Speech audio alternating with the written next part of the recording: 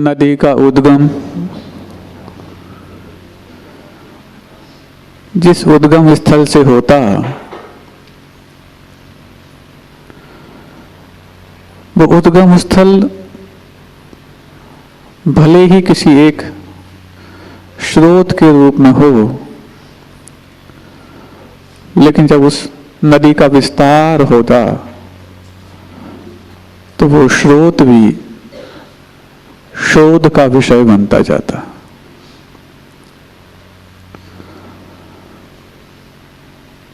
नदी जहां से निकली है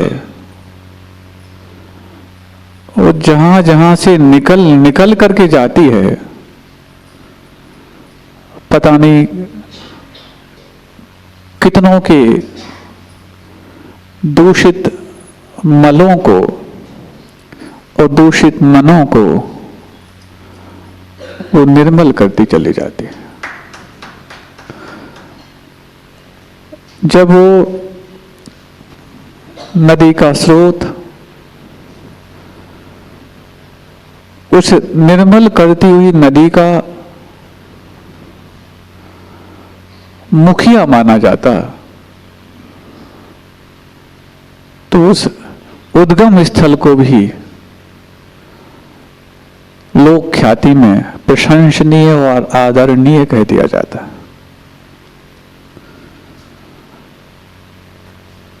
नदी निर्मल करती, इसलिए नदी और नदी का उद्गम स्थल दोनों प्रशंसनीय हो जाते। महापुरुष भी जब आम जनता के मनों को निर्मल करने के लिए कारण बनते, तो वो महापुरुष और महापुरुषों का वो वंश भी पूजनीय और प्रशंसनीय बनता चला जाता। ऐसे ही पाया करके आप लोगों ने सुना होगा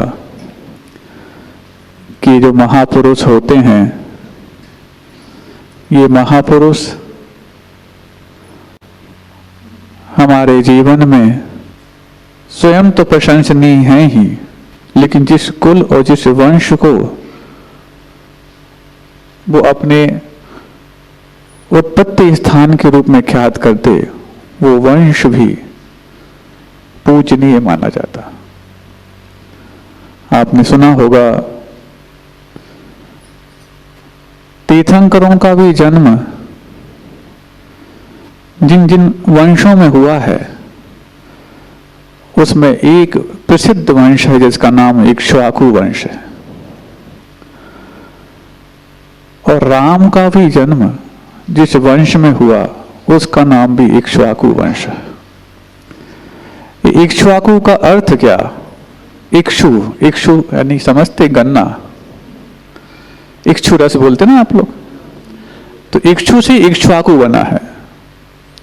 ये इक्षु से इक्ष्वाकु क्यों बना, इसके पीछे भी एक बहुत रहस्य है।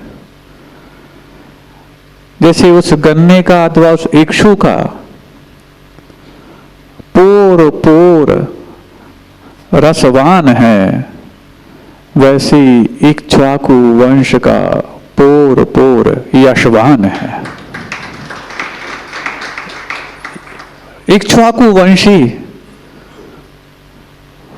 संपूर्णता में रस से भरे हैं और संपूर्ण जगत के लिए यश से भरे हैं।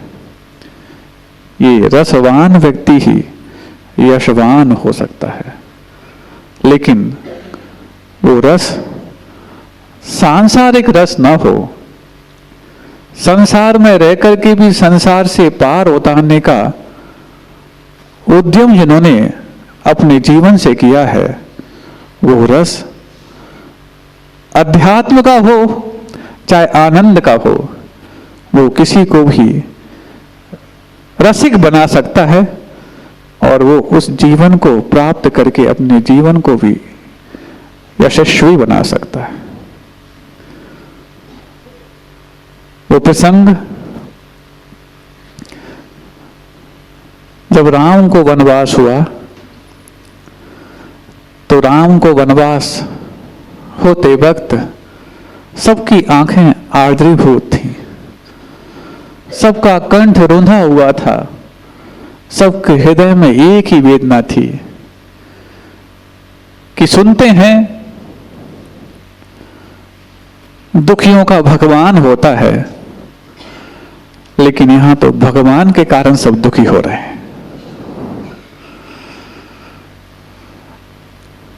भले ये होनहार भगवान हैं, अभिग्रस्त जीवन में हैं, जब ये मुनिराज बनेंगे और मुनिराज बनने के बाद जब ये दीवाल की ओर मुख करके बैठ जाएंगे तो लोग दीवाल तो क्या, इनके पीठ का भी दीदार करके अपने आप को सौभाग्यशाली मानते चले जाएं। आपने देखी होगी भगवान राम की मांगी तुंगी में वो पीठ की प्रतिमा कि वो साधना रत हैं दीवाल की ओर मुख करते हुए, उनका चेहरा नहीं दिखता, उनका पीठ ही दिखता है उस बिंब में। तो भी पीठ को देख करके यही शिक्षा लेकर के प्रत्येक श्रद्धालु आता कि संसार की ओर पीठ कर देना भी अच्छे अच्छों के हृदय पर पीठासन बनाने के लिए कारण बन सकता है। तो जब वनवास हो रहा है तो जो पीठासन पर विराजमान दशरथ हैं उनसे रहा नहीं जा रहा, और सुनते हैं जैनेतरों में कि 7 बार उन्होंने राम राम राम ऐसा पुकारा और राम नाम हो गया। लेकिन कौशल्या बहुत धैर्यशाली नारी है, इतनी धैर्यशालिनी है वो कि न सिर्फ खुद को संभालती है बल्कि राम को भी एक सीख दे जाती है। वो कौशल्या कहती, सुन रहे हो, आप लोगों को भी देखना है, आप लोग के भी बच्चे होनहार राम हो सकते हैं, बशर्ते कि आप मां के रूप में कौशल्या का किरदार निभाएं। नहीं है तो अपने बच्चे को तो राज सिंहासन मिल जाए, ऐसे कैकेयी का किरदार तो कई बार निभाया होगा। वो तो कोई होनहार बच्चे होते होंगे जो कैकेयी की कूख से भी भरत बन करके राम का नाम रोशन करते होंगे। तो कौशल्या कहती, राम तुम्हें चिंता बिल्कुल नहीं करना, जबकि राम तो पहले से निश्चिंत हैं, लेकिन उसके बावजूद भी मां राज तिलक करती हुए बोल रही है, महाराज राज तिलक कहां, अयोध्या में ही राज मिले तब राज तिलक किया जाए, ऐसा है क्या? वन का राज भी मिल रहा है तो भी अयोध्या तिलक करके विदा करती है कि तुम्हें चिंता नहीं करना, तुम्हें सिर्फ एक ही राय अपनाना है जो राय प्रसिद्ध है, प्रसिद्धि पाने की राय नहीं, एक ही राय अपनाना है जो राय प्रसिद्ध है, उस राय का नाम ही सतराय है।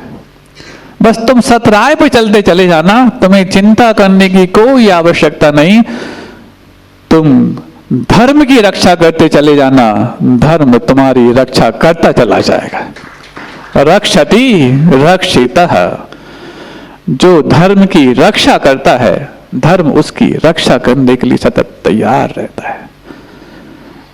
धर्म के कोई सींग और पूंछ होते हैं कि जो आपकी रक्षा करने के लिए आपके आसपास पहरा देता रहे, नहीं, धर्म के जो प्रहरी होते हैं वो चाहे ग्रामीण हो चाहे वो शहरी हो, लेकिन वो प्रहरी होने चाहिए। बस उसकी रक्षा करने का भाव ही तुम्हारे भीतर वो आत्मविश्वास भर देता है कि तुम तमाम संकटों से लोहा लेने का साहस कर डालते हो। ये साहस का अभाव ही है जो हमारी रक्षा करने की चिंता बढ़ाता है। आप ये बताइए, किसी नेता ने अपने साथ कई सारे बॉडीगार्ड रख लिए तो क्या उसने आयु कर्म को जीत लिया?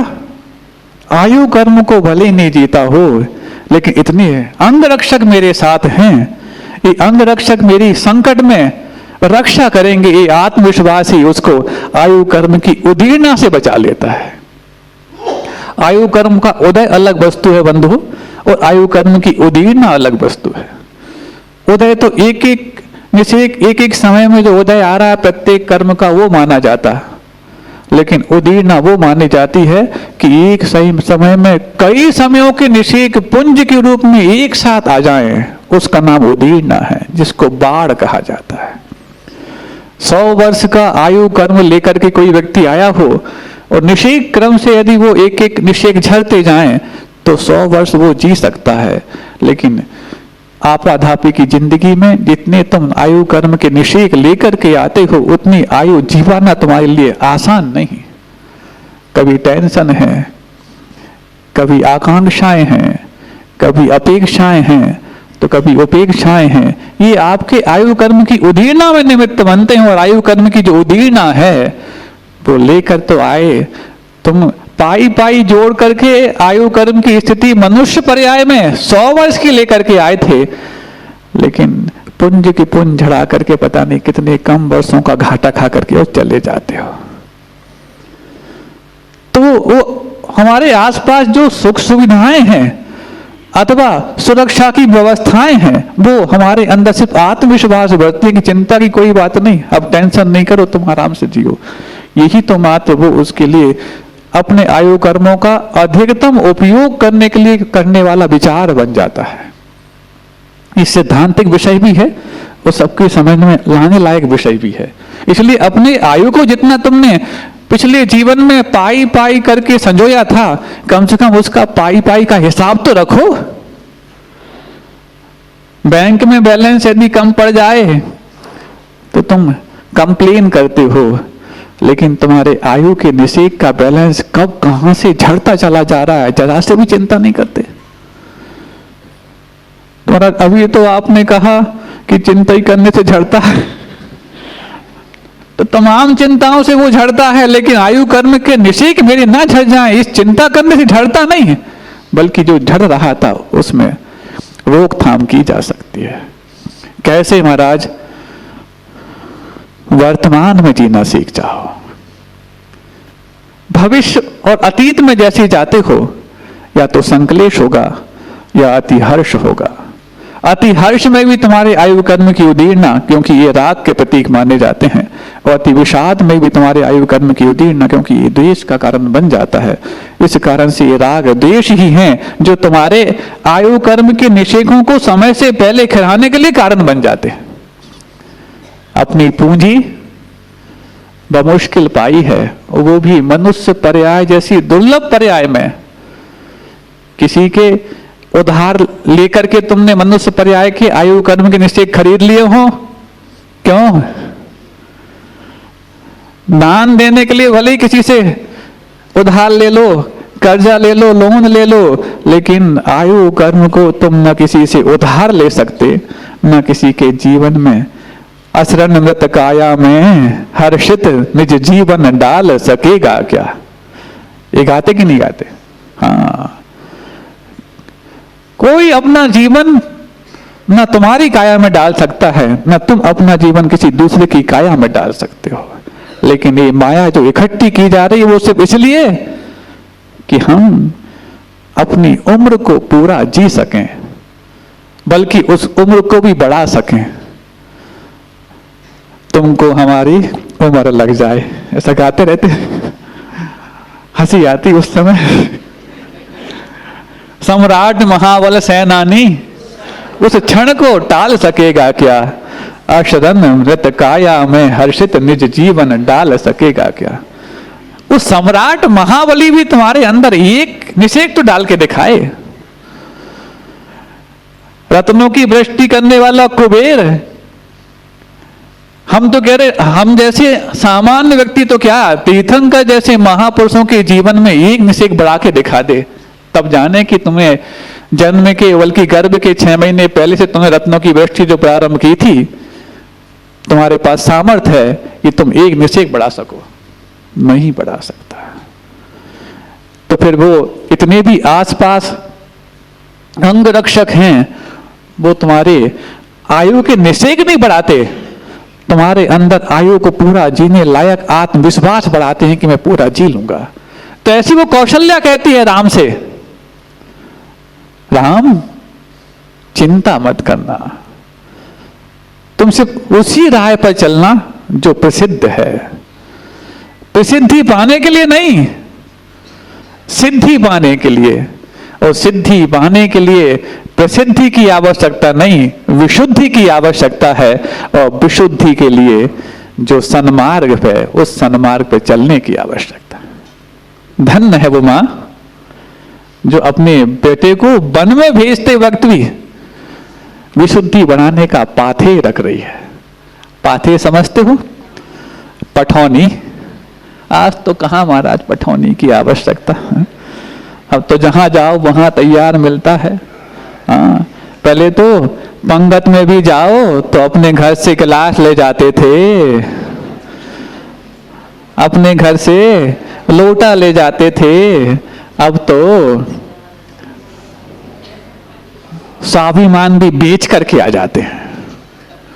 किसी के यहां भोजन करने जाओ, भिखारी और लुटेरे बन करके जाते हैं, स्वाभिमान को बेच करके और लाल तिलक लगवा के आ जाते हैं। कितनी घिनौनी बात है। अरे पहले किसी की बारात में अटैची उठाने कोई ना आए तो बारात में कोई जाता नहीं था। शायद तुम्हें अटैची उठाना इतना भारी लगा कि तुमने बारात ले जाना ही बंद कर दिया, बेटी वालों को अपने घर में लाना शुरू कर दिया।